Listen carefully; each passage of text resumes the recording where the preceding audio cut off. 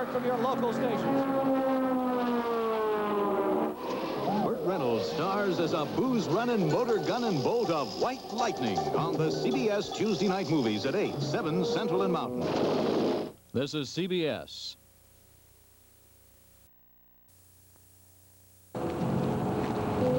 Footsteps in the night, fog-shrouded lights, a trench-coated figure slinking into a back alley or down a dark street. Images conjured up when there's talk about private eyes. There are also other images. Guns. You get paid by the day? Girls. Yeah. Day's almost over. Fast cars. And fights. Pretty intriguing and exciting sounding stuff, but does it represent a true picture of a real-life private eye? Some I've been talking to say it doesn't even come close, but others say sometimes it can be that way, even in Atlanta.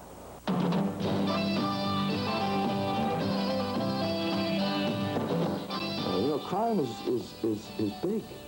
Paul Zerinoff is an ex-military police investigator who now heads his own Atlanta private detective agency. His business logo hints of Cloak and Dagger. Sam Spade stares from a wall just inside the lobby. Zerinoff, though, is a gentleman private eye specializing in corporate security and loss prevention. He says his client's roster is made up of the varsity players of big business, but white-collar crooks can play rough. And his first reaction, of course, was to fight me. Cooler heads prevailed. I'm about 6'4". I used to play football. And I convinced him that maybe he shouldn't do that right at that time. TV private eye fisticuffs are far-fetched, the real-life PIs say. But 42-year-old Sam Walker, 6'4" tall and 250 pounds plus, says he's had a few scrapes and says he's been shot twice running his International Bureau of Investigation. It burns. Nonetheless, Sam says he doesn't like to carry the gun he calls my friend. He prefers mental rather than metal persuasion. Just keep asking the questions over and over and over and pounding and pounding and pounding until you finally they break down and give you the information, or they hit you in the mouth and leave. You ever had that happen to you? Oh, yes. Sam Walker is an ex-cop. Jim Rockford is an ex-cop. Magnum P.I. is an ex-military man. The 8 private eyes I talked to in Atlanta for this report happen to be either ex-cops or ex-military people. Alfred Harris was an Atlanta policeman for 23 years. I think it's something that you never get out of your blood, and that's working in law enforcement. Harris now runs his own detective agency, says he still feels it necessary to carry a gun, but he says the business is without the glamour TV lends to it. A private investigator is a guy or a girl who's out there trying to do a job. His business or her business is minding his client's business. And it just isn't that rip-roaring, shoot-'em, gung-ho type thing. It just doesn't happen like that.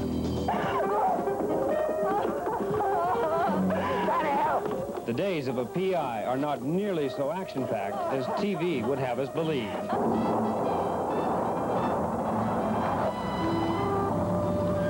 Take 54-year-old Jack Perry, for example, an ex-homicide investigator with 28 years' experience on the Atlanta Police Department. Now he's a private eye, working mostly as an investigator for criminal lawyers. Go out and interview witnesses or re-interview witnesses that the police have interviewed. Try to come up with something that the police don't have, or try to discredit what they do have. That is the life of a PI. There is some excitement in the life of a real private eye. Kelly Enders took us with him on a hijacked surveillance, and operations like this one, Enders says, have ended up in showdowns with the bad guys. The TV depiction of the private eye does parallel the real-life PI in certain aspects. The antagonism between the police and, say, Jim Rockford really does go on. And some private eyes do become involved in murder investigations. Paul Zerinoff and Jack Perry both say that they're working murder cases right now. And Forrest, tomorrow we'll be going on a couple of, well, 3 real-life missions with Private Eyes. Okay, Louis. It was fun to watch. We'll see it in, huh? I confess.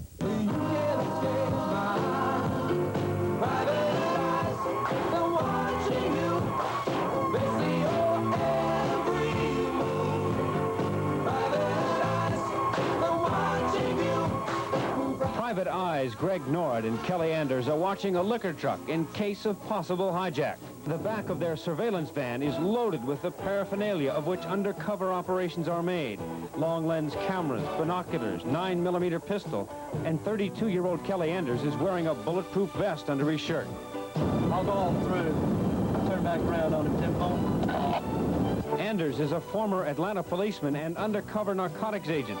He says he and his partner have built a reputation as detectives who put people in jail. Of course, you know, something like this, we follow this truck if something was to go down. It'd be a good episode, you know, 1 hour and it's over with. They're in jail and the whole 9 yards and it's already over with. But the chances of that happening is so slim. And we're so tight on this company now that the hold-up men would rather go somewhere else and take the chance because they know that we're here.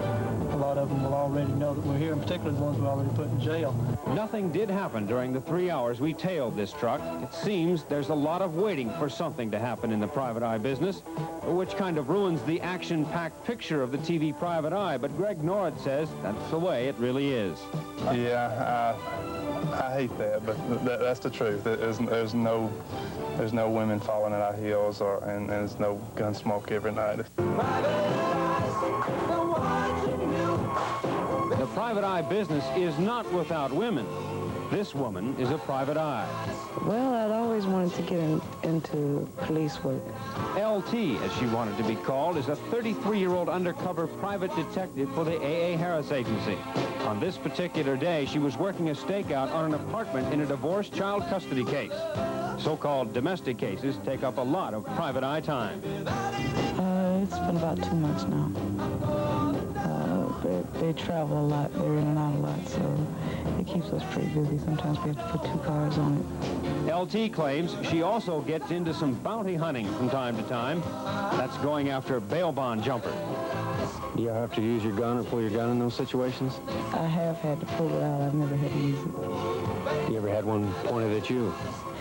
Yes, I have, and it's not a very nice feeling, you know, for someone to get the drop on you first.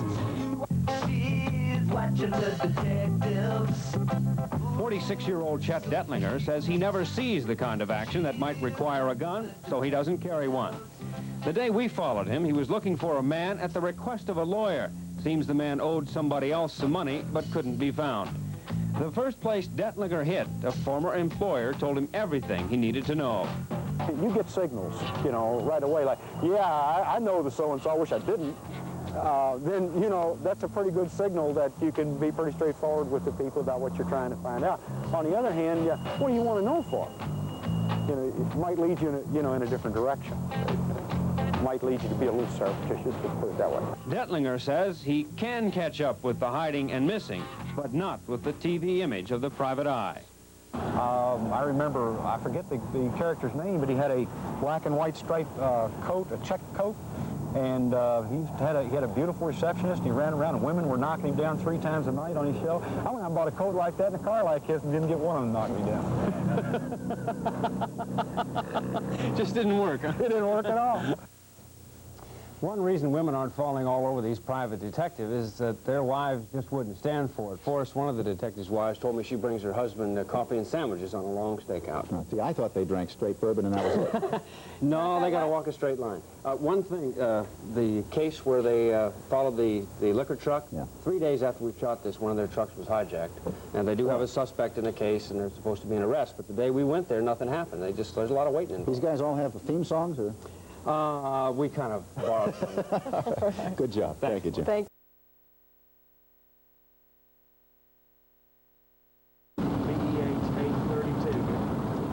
Caught.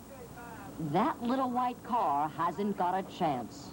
The trooper's radar reads 66 miles an hour. A man in his car, a trooper in his radar, an uneven match. Most people won't seriously contest speeding tickets when radar is used. Law enforcement agencies claim that radar is infallible, and they are often taken at their word. Radar is based on the Doppler theory, a principle of modern physics discovered in the 19th century. In a traffic situation, a radar unit sends out radio waves to a moving target. The waves bounce back to the patrol car, and the radar unit calculates the speed of the moving object. But how can the man driving the white car be certain? Or how can you be certain that you are the speeder the radar has picked up? Does radar make mistakes? As the white car went by, there were other cars on the road. Couldn't it have been someone else? How wide an area, for example, does the radar scan? When you aim the radar at the oncoming traffic, how wide an area do you think it gets? I would estimate somewhere between 20 and 24 feet. It'll spread about 12 to 24 degrees cardinal distance. The manufacturer claims that it's about 16 degrees wide. In actuality, it's much wider than that. Rod Dornsight, a critic of radar, examined radar with us. He's a former San Diego police officer, currently a radar instructor for the Los Angeles Sheriff's Department, author of a book intended to help motorists beat traffic tickets, and a consultant to the company that manufactures fuzzbusters. During a series of tests conducted in several locations in the metro area, in controlled and uncontrolled situations, we found that radar currently used in Georgia is indeed fallible. In the first test, we examined the width of a radar beam. The manufacturer claims that it's about 16 degrees wide. In actuality, it's much wider than that. This truck approaching will be coming straight towards our position. As he comes to us, I will turn the antenna off to the side, and you can see that I'm still getting a reading, despite the fact that I had the antenna turned way off to the antenna clear off at 80 degrees to one side, and yet we still got a good solid reading. What that means is that the effective beam width of this particular radar device is actually 160 degrees, or 10 times what the manufacturer tells the police. In test 2, we put moving radar on the track to see if moving radar makes mistakes. Does the speed of the cars in the same lane that you're traveling in affect the reading that you get from the oncoming cars? No, ma'am, none whatsoever. The cars that's traveling in my lane are never picked up on the radar. It tracks anything that's coming in the opposite direction. It will not track a vehicle that's going in the same direction as the patrol car. We found that the officers are wrong. Watch what happens as the patrol car comes up behind the slower moving truck. The patrol car radar uses the ground to determine its speed.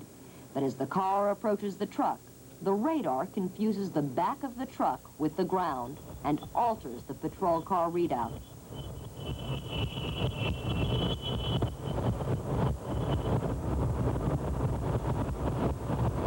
Now put a car in the oncoming lane and see what happens.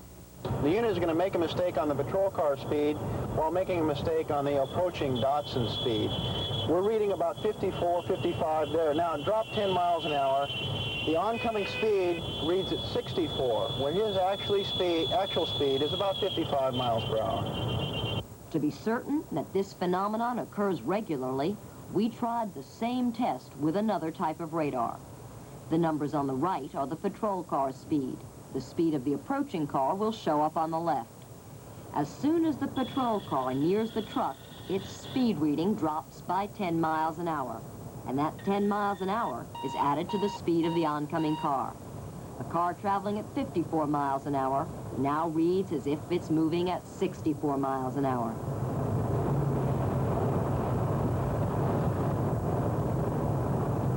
Test 3.